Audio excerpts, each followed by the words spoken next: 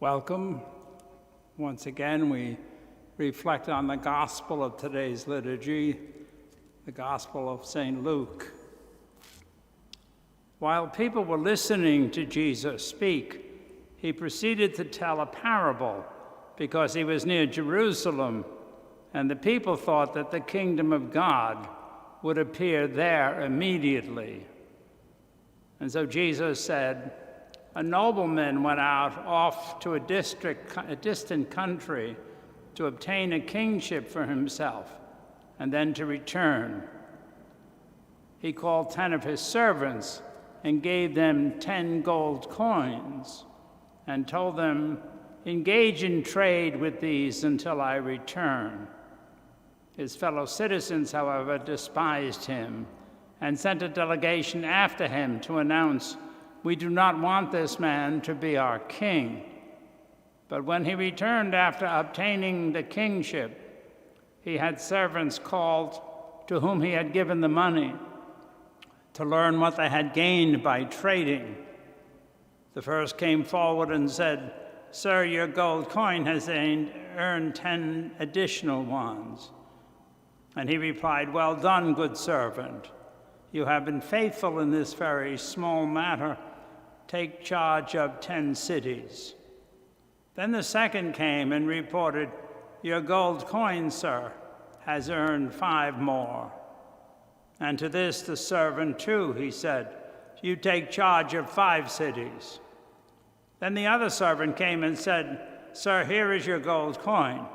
I kept it stored away in a handkerchief, for I was afraid of you, because you are a demanding man.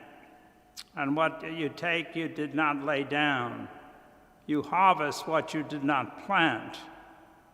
And he said to him, 'With your own words I shall condemn you, you wicked servant.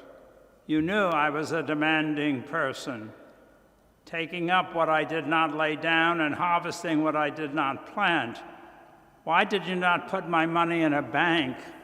Then on my return I would have collected it with interest.' And to those standing by he said, 'Take the gold coin from him and give it to the servant who has 10. But they said to him, 'Sir, he has 10 gold coins.' And he replied, 'I tell you, to everyone who has more will be given. But from the one who has not, even what he has will be taken away. Now for those enemies of mine who did not want me to be their king, bring them here and slay them before me.' After this, he has said this, he proceeded on his journey to Jerusalem." The Gospel of the Lord.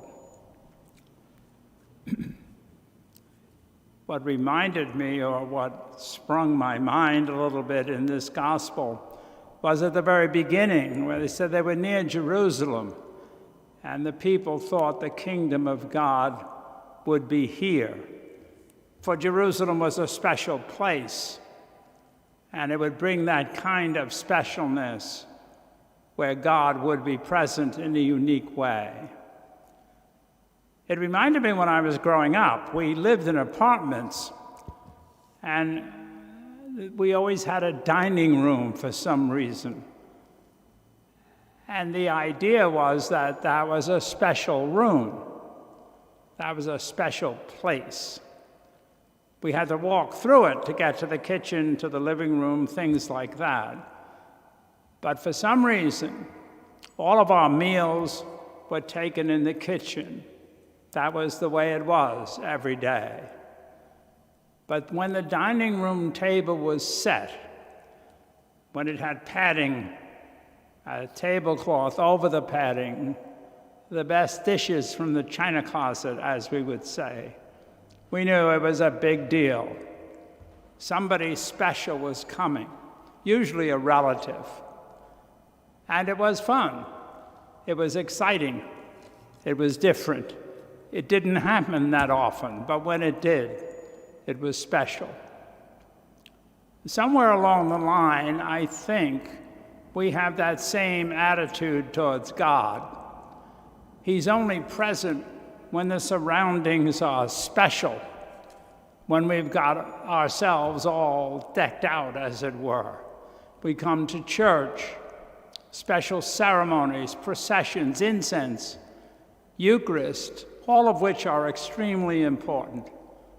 But they help remind us not that this is where God is, period, but that if God is here, our faith tells us he's everywhere. That we come here to remind ourselves in Eucharist, in ceremony, that the God is within us too, that we're temples, that wherever we are, God is. It's a special place because he's there, because he makes it holy. And if I can remember that, if I can believe that, then maybe I can start remembering what he commands. What does he want from me? In the parable, the man gives gold coins, and he expects a return. He expects them to be used intelligently by the people to whom he gives them, because he's going to ask they be returned. But we're the specialness. We're the ones that God creates out of love.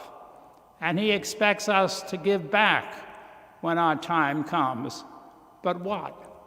What is it we're supposed to invest? What is it we're supposed to make a profit with and then return it to the King? It's you and me in our relationship with one another. God says it very clearly. What I want you to do is to be witnesses to my presence, to my holiness.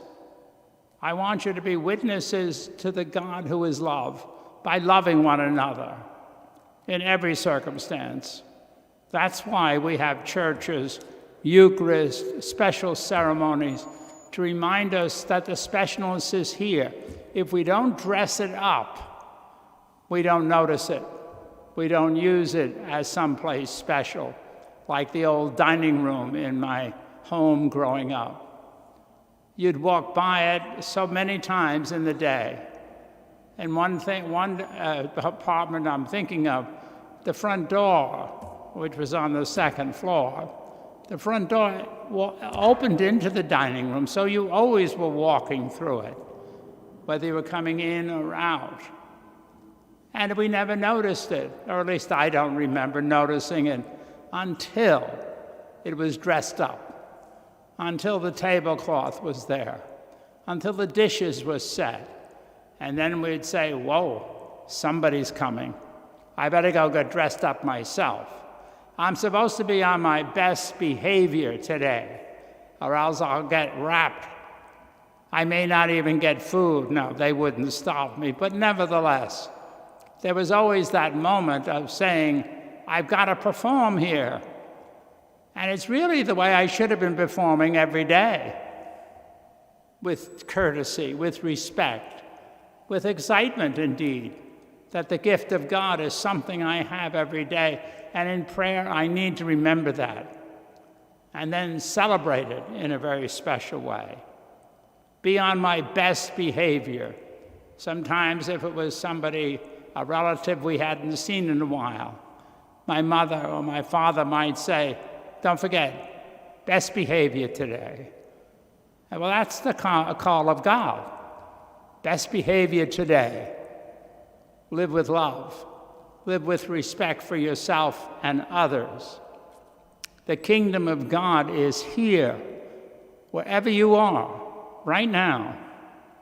Live it, act it, be on your best behavior. And the best way to do that is to be a loving witness to the God who is love. I hope you have a safe and happy day, that you continue to pray for one another.